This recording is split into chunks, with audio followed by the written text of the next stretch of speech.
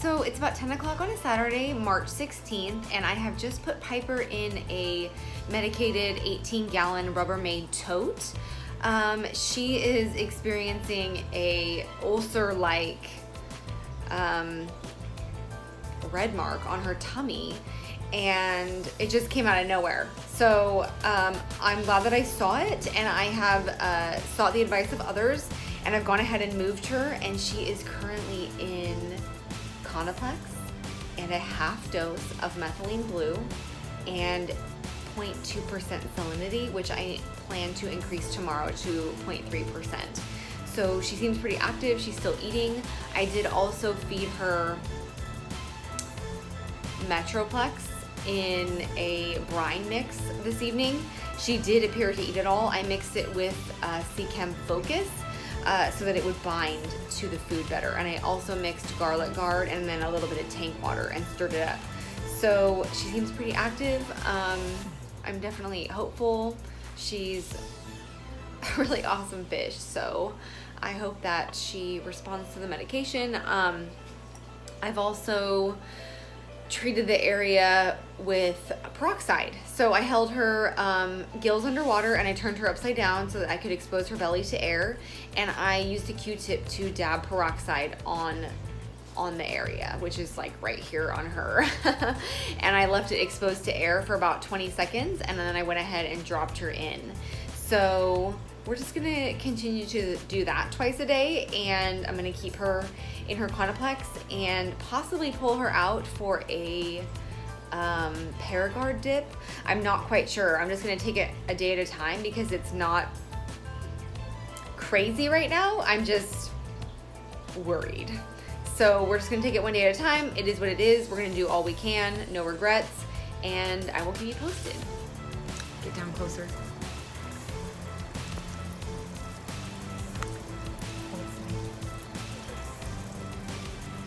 So reflecting back on this now, I over-treated this area with peroxide after the initial peroxide swab. At this point, I didn't need to do it anymore. The actual ulcer had resected and it was no longer there, and I actually burned her superficially a little bit with the additional peroxide swabs. Oh, please don't worry, Piper's okay. My mom can fix this.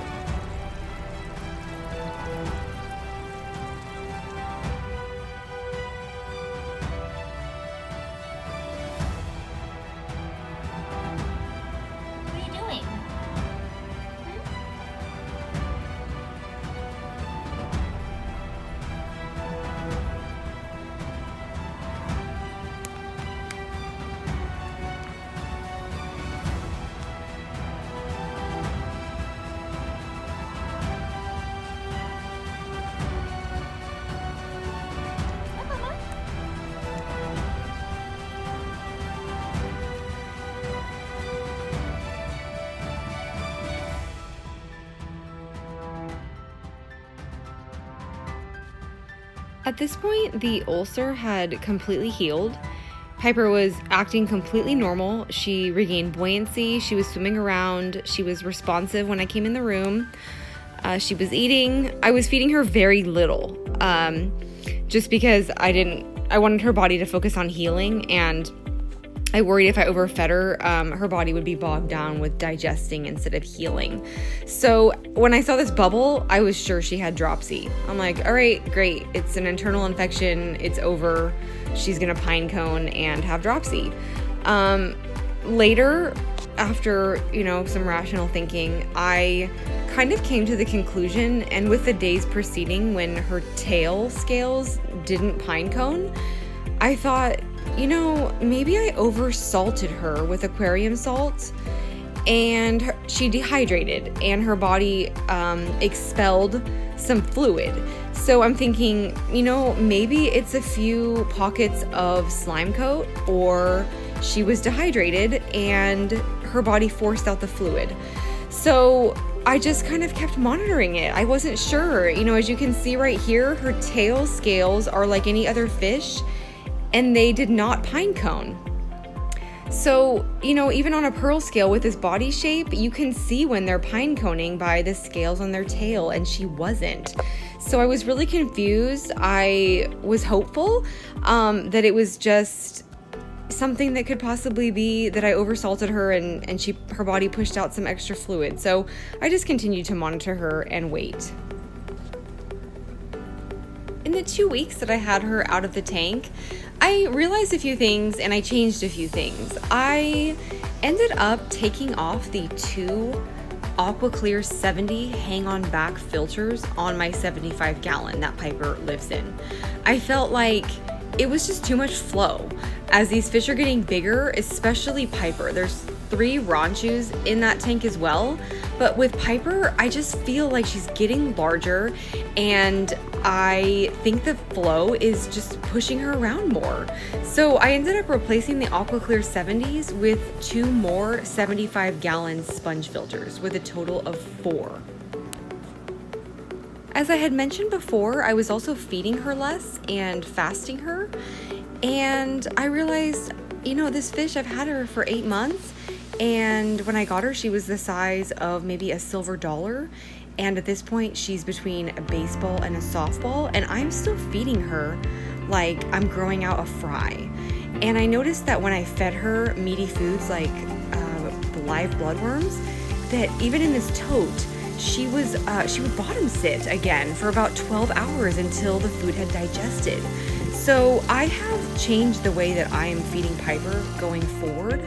I'm feeding her a little bit more vegetative matter and less meaty foods.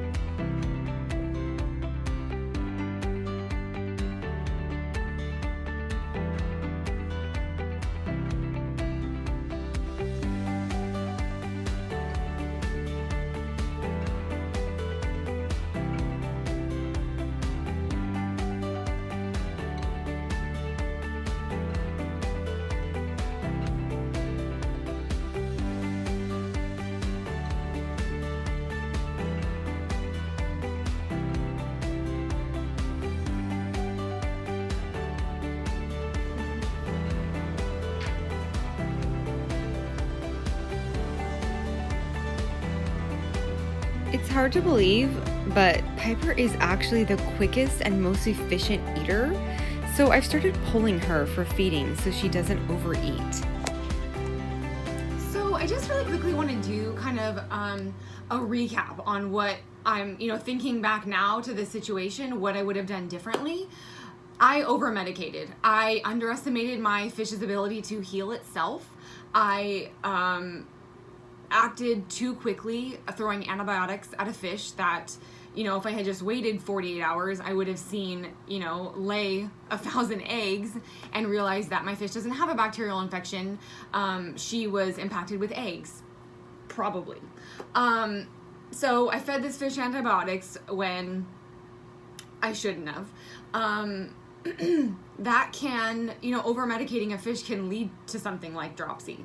So I act this way because coming up on a year ago, I first got into Goldfish, and I got 5 from a U.S. breeder. Nothing against them, but what happened was I ended up ultimately mixing these 5 U.S. bred goldfish with 2 imported fish, which I quarantined for 2 months prior to mixing. But what happened was the 5 fish rapidly died of septicemia. So it was a bacterial infection. I think it was some incompatible bacteria. The whole point of saying that is that they died so fast, I couldn't do anything about it. I was trying things, and they just died despite my efforts. So, you know, when I saw it, and it's been almost a year since then, and I haven't had any fish die. So I'm thinking this is what happens when a goldfish gets sick. It just dies fast, you know? So that's my experience. Obviously, I see other people keep goldfish. They don't always die. They get better. But in my experience, they die. So when I saw this happen to my goldfish, who has been, you know, healthfully swimming around in her tank for 8 months without issue, I'm like, oh my gosh, like I have to do something. I have to try everything at once because I don't know what's wrong. So feeding this fish antibiotics, oversalting the tank. I think that with the aquarium salt in the tank, I was reading about osmoregulation, and that happens when you put a fish in salinity, and it's their ability to, process salinity in the water at all. And I think although I did add the salt over the course of 2 days, I think ultimately I did cause those bubbles that you saw earlier in the video coming out of the fish because of osmoregulation and just oversalting it. So like I said in the beginning of the video, no regrets. I did what I did. The fish is healthy. She was strong enough to withstand my overreaction, and here we are. So, you know, knock on wood, hopefully she's fine, and she has helped me to, you know, I have a success story. Today, at least, she's great, and I have a success story. I have treated a fish. She is okay. She's back in her tank. She's not dying today. So every time that happens, I will react differently to fish that need medical attention. This time, like I said, I overreacted because of my experience in the past, but this is one fish closer to doing less and letting their body do more. So that's my take on it. I'm very happy that Piper is okay. And I'm thankful to the people that were there when I reached out. So anyway, thanks for watching, and I hope that you've gained something from this video, because I've certainly gained something from this experience. I feel like I've been a little bit stagnant in my goldfish keeping, and by stagnant I mean everything's just been going really great, and so I'm just like, this is awesome, like everything's great. And I feel like when I said it out loud like a month ago, life was like, let's play a game of dodgeball, and all of a sudden things just started happening. So I don't know, if you follow me on Instagram, you'll see that I snagged my crown Pearlscale Presley's crown with my gravel vacuum, ripped it. I was able to treat him. One of my fish that I had in quarantine, she was egg bound, and I was able to hand express a ton of eggs, and then Piper got the ulcer. So, and actually there'll be another video coming out later this week about one of my pond fish. Something happened. So, you know, now I'm feeling uncomfortable because I'm not trusting my fish. Things are going wrong, but I'm able to fix them. So I'm learning. When you're uncomfortable, you're learning. So I'm happy. I'm learning. I'm hopeful that I'm gonna keep winning. But ultimately, you win some, you lose some. So thanks so much for watching, and happy April Fool's Day. I wish this was a joke.